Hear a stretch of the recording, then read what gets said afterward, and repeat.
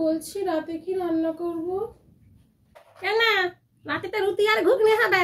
আমি দেখো রান্নাঘরে মটর ভিজিয়ে এসেছি, যাও বাটি চাপা দেওয়া আছে, গিয়ে করে নাও। ওটা তো চায়ের কাপে করে 1 কাপ মটর ভিজিয়েছেন, ওতে 4 জনের ঘুগনি কি করে হবে? আরে বেশি করে সিটি দেবে, ভালো করে গলাবে আর বড় করে একটা ঝোল করে দেবে, দেখবে ঘুগনি হয়ে গেছে, ব্যাস। আবার কি ঘুগনি? বেশি করে সিটি দিয়ে বড় করে ঝোল করলে সেটা তো ডালের মতনই হবে। বললেই পারতেন যে ডাল রান্না করতে, ওটা ঘুগনি কি করে হচ্ছে? কোথায় ডাল হয়েছে? মটরের খোলা আছে তো, খোলা, সে খোলাটাকে ঘুগনি মনে করে খাবে। বড় করে পাতলা করে ঝোল করলে অনেকটা ঘুগনি হয়ে যাবে। তোমার আজকাল খুব লম্বা লম্বা হাত হয়েছে, যেন সাপের 5 পা দেখছে। যাতে সাপ, যাও গিয়ে রান্না করকে যাও, ওটাই ঘুগনি হচ্ছে। ঠিক আছে মা, তাই হবে।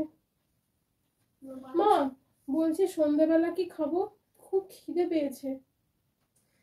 সন্ধ্যাবেলা আবার কি খাবে?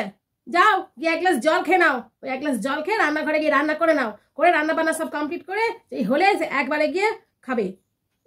সন্ধ্যাবেলা কি খাবো? যাও। জল খাবো? আচ্ছা ঠিক আছে, রোজই তো জলই খেয়ে আছি।